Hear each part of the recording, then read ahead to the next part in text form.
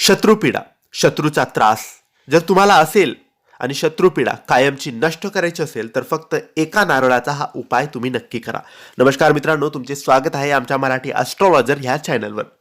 मित्रांनो, शत्रुपीडा मग हा शत्रू कोणताही असू द्या, तुमच्या आरोग्यावर आलेला रोग आजार हा शत्रू असू द्या, किंवा व्यावसायिक जीवनात कोणता व्यक्ती शत्रू असू द्या, मैत्रीमध्ये शत्रू असू द्या, प्रेमात शत्रू असू द्या, परिवारात शत्रू असू द्या, कोणताही शत्रू तुम्हाला त्रास देत असेल, कोणती बाधा असेल, पत्रिकेत काही दोष असतील, हे सगळे आपल्या जीवनातले आपल्या आयुष्यातले शत्रू असतात.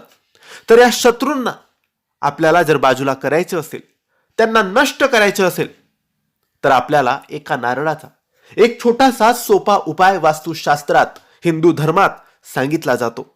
हा उपाय, हा तोडगा जर विश्वासाने मनोभावाने जर आपण केला तर आपले शत्रू आपल्यापासून खूप दूर जातील.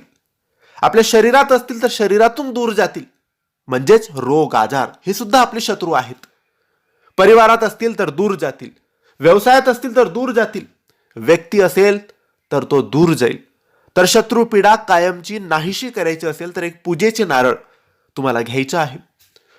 पूजेचे नारळ आणल्यानंतर हा उपाय तुम्ही कोणत्याही दिवशी करू शकता. सोमवार, मंगळवार, बुधवार, गुरुवार, शुक्रवार, शनिवार, रविवार, ज्याही दिवशी तुम्हाला वेळ आहे त्या दिवशी हा उपाय करायचा आहे. फक्त सूर्य मावळण्याआधीच तुम्हाला हे काम करायचं आहे, म्हणजे दिवसा.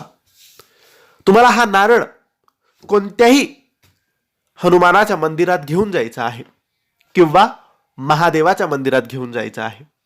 बजरंगबलीच्या मंदिरात किंवा महादेवाच्या मंदिरात हा नारळ घेऊन जायचा आहे. तिथे जाऊन महादेवाच्या समोर किंवा बजरंगबलीच्या समोर तुम्हाला बसायचं आहे. तिथे नमस्कार करायचा आहे. दोन्ही हातात, आपल्या हातात तो नारळ घ्यायचा आहे. तो नारळ सोललेला नसायला पाहिजे, जसं घेऊ तसंच. तो नारळ आपल्या दोन्ही हातात घ्यायचा आहे, डोळे बंद करायचे आहे आणि महादेवाला किंवा बजरंगबलीला प्रार्थना करायची आहे. तुमचा जोही शत्रू असेल त्याचं नाव घेऊन तुम्ही प्रार्थना करा. आजार असेल तर आजाराचं नाव घेऊन तुम्ही प्रार्थना करा. व्यवसायातील शत्रू, व्यक्ती असेल शत्रू, परिवारातला शत्रू, मैत्रीतला शत्रू, प्रेमी जीवनातला शत्रू, त्याचं नाव घ्या आणि शत्रुपीडेपासून मला मुक्ती द्या अशी प्रार्थना करा. माझ्या आयुष्यातून शत्रुदोष दूर करा, इडापिडा नष्ट करा, आजार दूर करा अशी प्रार्थना करायची आहे. आणि तो नारळ महादेवाच्या शिवलिंगाच्या जवळ किंवा बजरंगबलीच्या चरणाकडे ठेवून द्यायचा आहे. बस एवढा छोटासा उपाय करून तुम्हाला घरी यायचं आहे. काही दिवसातच तुमचा निकाल लागेल. महादेव किंवा बजरंगबली तुम्ही जे बोललात त्याचा निकाल लावतील. तुम्ही योग्य असाल, तुम्ही बरोबर असाल तर तुमचे शत्रू नाहीसे होतील, तुमच्यापासून दूर जातील आणि शत्रुपीडा कायमची नष्ट होईल. हा अगदी सोपा साधा उपाय आहे. नक्की करा, लाभ नक्की होतो. ही माहिती तुम्हाला आवडली असेल तर लाईक आणि शेअर करा.